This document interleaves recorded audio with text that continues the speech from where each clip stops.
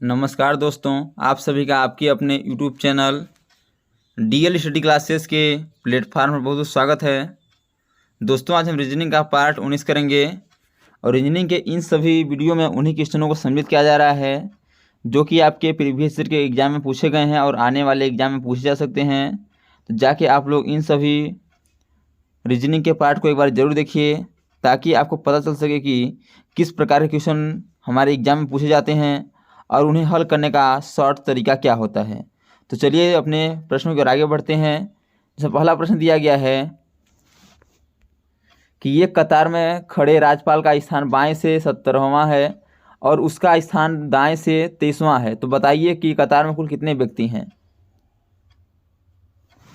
यानी बता रहा है कि ये कतार में दो व्यक्ति हैं जिसमें से राजपाल का स्थान 70वां है और यहाँ एक मिसप्रिंट हुआ है, उसका स्थान यानी कि किसी और दूसरे व्यक्ति का यानी उसी व्यक्ति का स्थान दाएं से 30वां है। तो बताइए कि कतार में कुल कितने व्यक्ति हैं।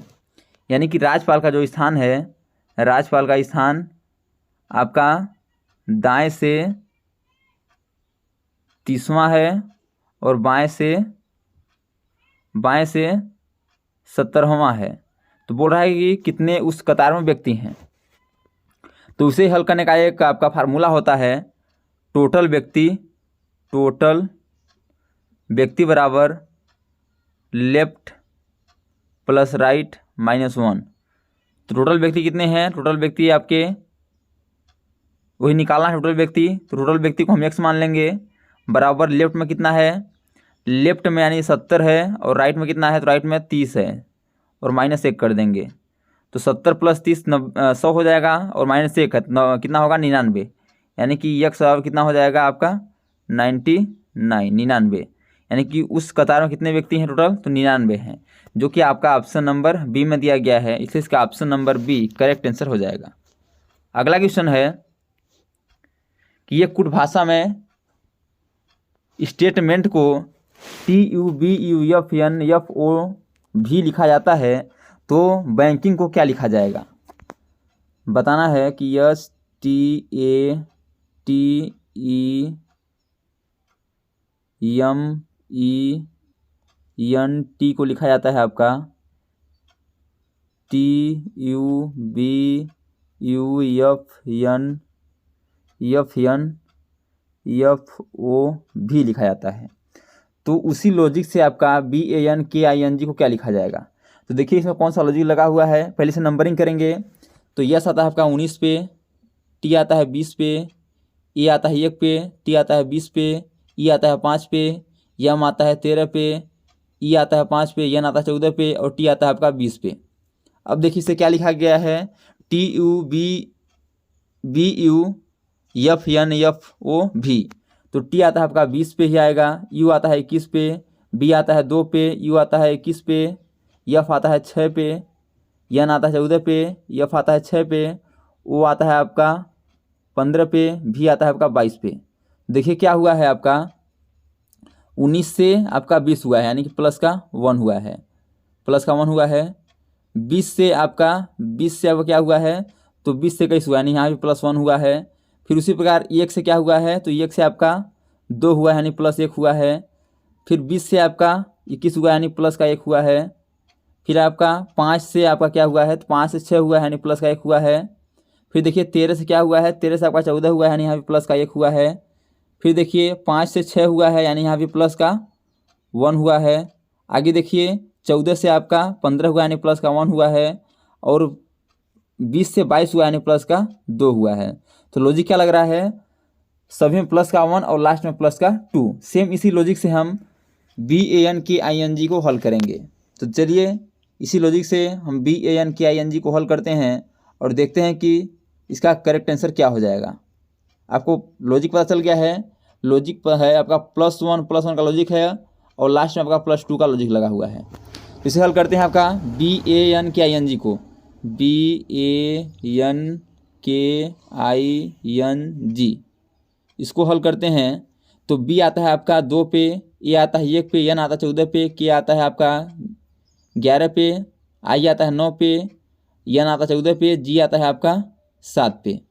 इसमें लॉजिक क्या लगाएंगे, +1 का लॉजिक सब में लगाएंगे पहले। तो +1 का लॉजिक लगाएंगे तो पहले नंबरिंग लिख लेते हैं। 2 में 1 जोड़ देंगे 3 हो जाएगा। फिर आगे देखिए 11 में 1 जोड़ेंगे 12 होगा। फिर आपका सॉरी यहाँ 11 नहीं है, आपका यह है 1 है। 1 में 1 जोड़ेंगे 2 होगा। 1 में 1 जोड़ देंगे क्या होगा आपका 2 हो जाएगा। फिर देखिए n 14 पे है, 14 में जोड़ेंगे 15 हो जाएगा। फिर देखिए 11 में जोड़ेंगे 12 हो जाएगा। फिर 9 में जोड़ेंगे 10 हो जाएगा। फिर देखिए 14 में जोड़ेंगे 15 हो जाएगा। और लास्ट में आपका +2 जुड़ा है तो 7 में 2 जोड़ेंगे तो 9 होगा। अब इसे हम नंबरिंग तो कर लिए, अब इसे हम ABCD के क्रम में बैठाते हैं क्योंकि ABCD के क्रम पूछा गया है। तो 3 पे आता है C, 21 पे आता है U, 5 पे आता है आपका E, 12 पे आता है L, 10 पे आता है आपका J और 15 पे आता है आपका O, 9 पे आता है I। तो CUELJOI C देखिए आपको किस ऑप्शन में है, आपका देखते हैं किस ऑप्शन में दिया गया है। C देखिए कहीं गलत हुआ है लगता है, BANKING तो 2 है, सॉरी यहाँ गलत हुआ है। देखिए आपका जो आपका हम 21 कर दिए हैं वो 21 नहीं है, यहाँ देखिए नंबरिंग गलत किए हैं, नंबरिंग गलत किए हैं। अब देखिए आप ध्यान से देखिएगा क्योंकि C है, C आपका है ये 2 से 3 हुआ C हुआ है, लेकिन 11 से आपका क्या हुआ है 11 नहीं है, ये आपका 1 है। 1 यानी कि 2 यानी कि B हुआ है। फिर 14 यानी 15 का है, 15 वो हुआ है। और 12 11 से 12 हुआ है तो 12 पे हो जाएगा आपका L, वो 10 पे हो जाएगा आपका 10 पे J और 15 पे आपका हो जाएगा O और 9 पे हो जाएगा आपका I। अब देखिए CBULJOI CBOLJOI देखिए आप किस ऑप्शन में है, तो ऑप्शन नंबर D में मौजूद है, इसलिए इसका option number D correct answer हो जाएगा। दोस्तों मैं आशा नहीं पूर्ण विश्वास करता हूँ कि ये सभी क्वेश्चन आपको अच्छे समझ आ रहे होंगे। यदि क्वेश्चन में कहीं भी डाउट हो तो आप लोग कमेंट बॉक्स में जरूर बताइए ताकि अगले आने वाले वीडियो में हम उस डाउट को अच्छे से क्लियर कर सकें। नेक्स्ट क्वेश्चन दिया गया है, आपका क्वेश्चन यह वेन डायग्राम से है, सोना चांदी और आभूषण के बीच हमें वेन डायग्राम बताना है।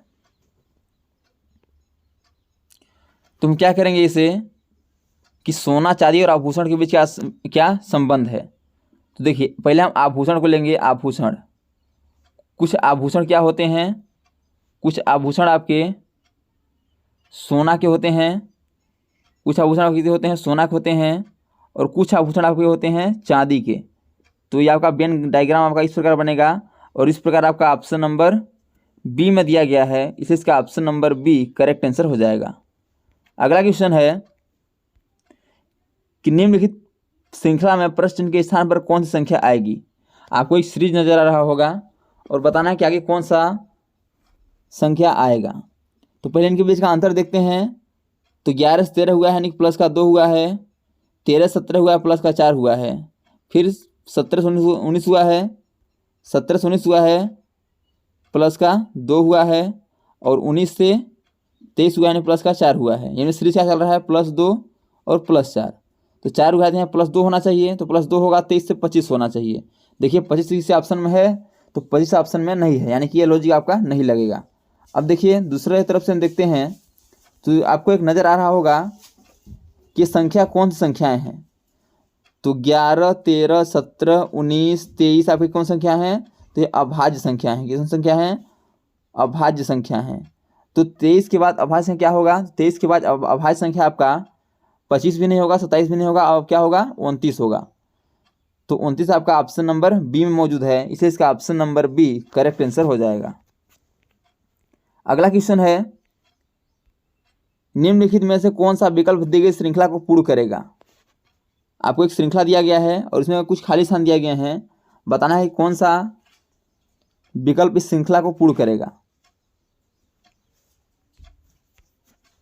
तो चलिए देखते हैं, पहले से काउंटिंग कर लेते हैं। 1 2 3 4 5 6 7 8 9 10 11 12 13 14 15 16। जब 16 का है तो 4 4 का पेयर बन जाएगा, यानी 4 से 16 होता है तो 4 4 का पेयर बन सकता है। जैसे हम 4 4 का पेयर बनाएंगे और देखेंगे कि इसकी में कौन सा ऑप्शन करेक्ट होगा। तो 4 ये हो गया आपका, फिर आपका 4 यहाँ हो गया, फिर 4 ये हो गया और 4 इधर हो गया। तो देखिए वाई के पहले क्या है आपका, पहले आपका वाई है, फिर यक्स है, डब्लू है। तो यक्स टी वाई 2 4 2 4 है ना। तो देखते हैं कि क्या चल रहा है इसमें। देखिए वाई के बाद क्या आया है। तो वाई के बाद में कोई भी, वाई के बाद कोई भी किसी जगह पे नहीं भरा हुआ है। तो देखते हैं, पहले यहाँ देखते हैं यक्स जो है, यक्स से पहले क्या है। तो देखिए यक्स पहले इसमें नहीं भरा हुआ है। अब क्या करेंगे, अब देखते हैं यक्स जो है वाई। अब देखिए यहाँ नजर आ रहा होगा आपको कि यक्स है और यक्स यहाँ है, यहाँ यक्स। तो यक्स के बाद क्या है, डब्लू। तो यहाँ क्या हो जाएगा, डब्लू हो जाएगा। क्या हो जाएगा, यहाँ डब्लू हो जाएगा। अब देखिए यक्स डब्लू, तो टी वाई, यहाँ डब्लू के बाद क्या है। तो देखिए डब्लू के बाद आपका यक्स टी वाई। क्वेश्चन में कहीं डाउट है, क्वेश्चन को दोबारा देखते हैं कहीं। देखिए इसमें क्या लॉजिक लग रहा है। ये आपका 16 है, 16 हम 4 4 के भाग से विभाजित कर देंगे तो आपका 4 4 हो जाएगा। ये 4 हो गया और 2 4 2 4, ये 4 4 हो गया। अब देखिए इसमें लॉजिक क्या लगा हुआ है कि जो आपका 4 में से जो आपका लास्ट है यह आपका शुरू में आ जाएगा। कहाँ आ जाएगा आपका, यह शुरू में आ जाएगा डब्लू। और जो वाई है ये वाई कहाँ आएगा आपका, यह आपका जो वाई है यह वाई आपका शुरू में आ गया है। ये वाई आपका आ गया है, शुरू में आ गया है। और ये जो है आपका ये वाई है आपका लास्ट में चला गया है। यानी कि लास्ट वाला शुरू में, लास्ट वाला शुरू में चल रहा है। यहाँ देखिए आपका टी नहीं है तो टी कर देंगे, टी डब्लू। और फिर देखिए वाई, वाई के बाद क्या है यहाँ, वाई के बाद यहाँ, वाई के बाद देखिए वाई, वाई आपका वाई ये दिख रहा है टी। तो यहाँ क्या हो जाएगा, टी हो जाएगा यक्स, यक्स। फिर क्या है, यक्स के बाद क्या है, यहाँ देखिए यक्स के बाद क्या है, यक्स के बाद आपका डब्लू है। फिर क्या है आपका डब्लू टी वाई यक्स, क्या हो जाएगा यक्स। तो क्या भरे हैं हम, टी डब्लू यक्स भरे हैं। तो क्या कौन सा ऑप्शन है, टी डब्लू यक्स आपका ऑप्शन नंबर ए में है, इसलिए इसका option number A correct answer हो जाएगा। नेक्स्ट दिया गया है कि निम्नलिखित में से कौन सा विकल्प तीसरे शब्द समूह से उसी प्रकार संबंधित है जैसा दूसरा शब्द समूह पहले से संबंधित है। बताना है कि इस प्रकार 4 का संबंध 256 से है, उसी प्रकार 7 का संबंध किससे होगा। तो देखिए इसे हल करते हैं। आपका 4 का संबंध किस प्रकार 256 से हुआ। तो 4 का पहले स्क्वायर कर देंगे, क्या हो जाएगा 16। फिर 16 का स्क्वायर कर देंगे तो क्या हो जाएगा 256। सेम उसी लॉजिक से 7 का स्क्वायर करेंगे तो क्या होगा आपका 49। और 49 का स्क्वायर करेंगे, 49 का स्क्वायर करेंगे क्या होगा आपका 49 का स्क्वायर कर देंगे तो आपका हो जाएगा 49 24 25 24 2401। तो ऑप्शन नंबर आपका किस में है, ऑप्शन नंबर 1 में है, इसलिए इसका option number C correct answer हो जाएगा। अगला दिया गया है कि यदि 50 भागे 10 बराबर 25 और 30 भागे 2 बराबर 225 लिखा है तो 110 भागे 2 बराबर क्या होगा। देखिए 50 भागे 10 बराबर क्या लिखा है 25, 30 भागे 2 बराबर क्या लिखा है 225। उसी लॉजिक से 110 भागे 2 बराबर क्या होगा बताना है हमें। देखिए हम क्या करें कि 50 भागे 10 बराबर क्या हो जाए 25 हो जाए। तो यदि हम इसे क्या करते हैं 50 का 10 में भाग देते हैं तो 50 का 10 भाग देंगे तो 5 दहम 50, 5 आ गया और इसका स्क्वायर कर देंगे क्या हो जाएगा 25 हो जाएगा। सेम उसी प्रकार इसको हम यदि भाग करेंगे क्या होगा 15 होगा और 15 का स्क्वायर करेंगे 225 हो जाएगा। अब इसी लॉजिक से यदि हम इसमें भाग करेंगे क्या होगा 55 होगा, 55 का स्क्वायर करेंगे तो क्या होगा 55 का स्क्वायर कर देंगे तो आपका 55 का स्क्वायर करेंगे तो 55 गुणे क्या करेंगे 55, यदि इसे गुणा करेंगे तो हमारा क्या आएगा 3025, जो कि ऑप्शन नंबर सी में मौजूद है, इसे इसका option number C correct answer हो जाएगा। तो दोस्तों मैं आशा करता हूँ कि यह क्वेश्चन आपको अच्छा समझ आया हुआ होगा। यदि क्वेश्चन में कहीं भी डाउट हो तो आप लोग कमेंट बॉक्स में जरूर बताइए, ताकि अगले आने वाले वीडियो में उस डाउट को अच्छे से क्लियर कर सकें।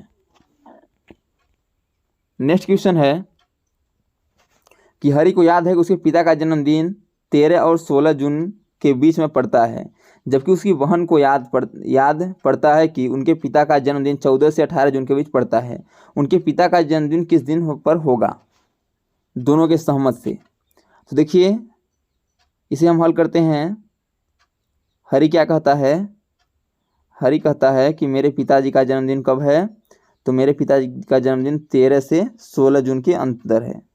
और उसकी बहन क्या बोलती है, बहन बोलती है कि इस 14 से 18 के बीच में है। यानी कि जब बीच में है तो 13 तो नहीं होगा क्योंकि 13 के बीच में होगा, और 16 भी नहीं होगा क्योंकि बोला है कि 16 से पहले और 13 के बाद है, यानी कि उसके बीच में है, तो ये भी तो नहीं होंगे। जब ये नहीं होंगे तो क्या करेंगे, हम देखते हैं या तो 14 होगा या तो क्या होगा आपका 15 होगा, दो में से एक होगा। और उसकी बहन क्या बोलती है, उसकी बहन बोलती है कि मेरे पिताजी का जन्मदिन कब है, तो 14 को और 18 के बीच में है, तो 14 को भी नहीं होगा और 18 को भी नहीं होगा। तो क्या होगा फिर, या तो 15 को होगा, 14 के बाद 15 आता है, या 16 को होगा या तो 17 को होगा। तो दोनों की सहमत से कॉमन क्या रहा है, तो 14 को तो नहीं होगा और 16 17 इसमें है नहीं, क्योंकि 16 है तो 16 मना हो गया है पहले ही, तो दोनों में कॉमन होगा 15 आ रहा है। तो दोनों की सहमत से आपका 15 तारीख को इन लोगों का, इनके पिताजी का जन्मदिन होगा, इसलिए इसका option number B correct answer हो जाएगा। अगला क्वेश्चन है कि दिए गए पैटर्न का ध्यानपूर्वक अध्ययन करें और उस संख्या का चयन करें जो प्रश्न चिन्ह के स्थान पर आ सकती है। बताना है कि इन चारों को हम क्या करें कि यहाँ 8 हो जाए, इस प्रकार इन चारों को क्या करें यहाँ 16 हो जाए, उसी प्रकार इन चारों को क्या करें कि इस क्वेश्चन मार्क की जगह पर इन 4 ऑप्शन में से एक ऑप्शन करेक्ट हो जाए। तो चलिए इसे हल करने का प्रयास करते हैं और देखते हैं कि कौन सा ऑप्शन करेक्ट होगा। इन्हें आपस में जोड़ देते हैं और इन्हें आपस में जोड़ देते हैं, तो 5 + 2 बराबर क्या हो जाएगा 7, और आपका है 4 + 11 बराबर 15। अब इसे आपस में घटा देंगे, 15 - 7 बराबर क्या हो जाएगा 8, तो 8 आपका दिया गया है। सेम उसी प्रकार से आपस में जोड़ देंगे, इसे आपस में जोड़ देंगे और घटा देंगे, तो 20 + 10 बराबर क्या हो जाएगा 30 हो जाएगा, और 8 + 6 बराबर क्या हो जाएगा 14 हो जाएगा। तो 30 में से 14 घटा देंगे, क्या बचेगा आपका 16, जो कि 16 आपका यहाँ ऑप्शन में मौजूद है। अब से हम उसी लॉजिक से भी काम करेंगे। तो इसमें क्या दिया गया है, दिया गया है आपका 2 + 6 बराबर 8। से हम उसी प्रकार करेंगे तो 15 + 8 बराबर क्या हो जाएगा आपका 23। अब हम 23 में से 8 को घटा देंगे तो क्या बचेगा, 23 में से यदि 8 को घटाएंगे तो देखिए आपका यह 6 2 8 हुआ और 15 और 23 हुआ। तो 23 में से 8 घटा देंगे तो हमारा क्या बचेगा, बचेगा हमारा 15। तो यहाँ 15 ऑप्शन नहीं है, यहाँ 15 करेक्ट हो जाएगा, इसलिए इसका ऑप्शन नंबर जो है ये आपका ई करेक्ट आंसर हो जाएगा। तो दोस्तों thanks for watching this video. यह वीडियो आपको कैसा लगा कमेंट बॉक्स में जरूर राय बताइएगा, और इसी प्रकार के ऑल गवर्नमेंट एग्जाम में पूछे जाने वाले GK GS math reasoning Hindi current affairs वोल्यूशन संबंधी क्वेश्चनों को पाने के लिए हमारे यूट्यूब चैनल को लाइक शेयर सब्सक्राइब कर बेल आइकन को प्रेस करना भूलेगा, ताकि जब भी न्यू वीडियो अपलोड सबसे पहले नोटिफिकेशन आता पहुँचे। तो आज तक के लिए इतना ही, मिलते हैं नेक्स्ट वीडियो में, तब तक के लिए जय हिंद, वंदे मातरम।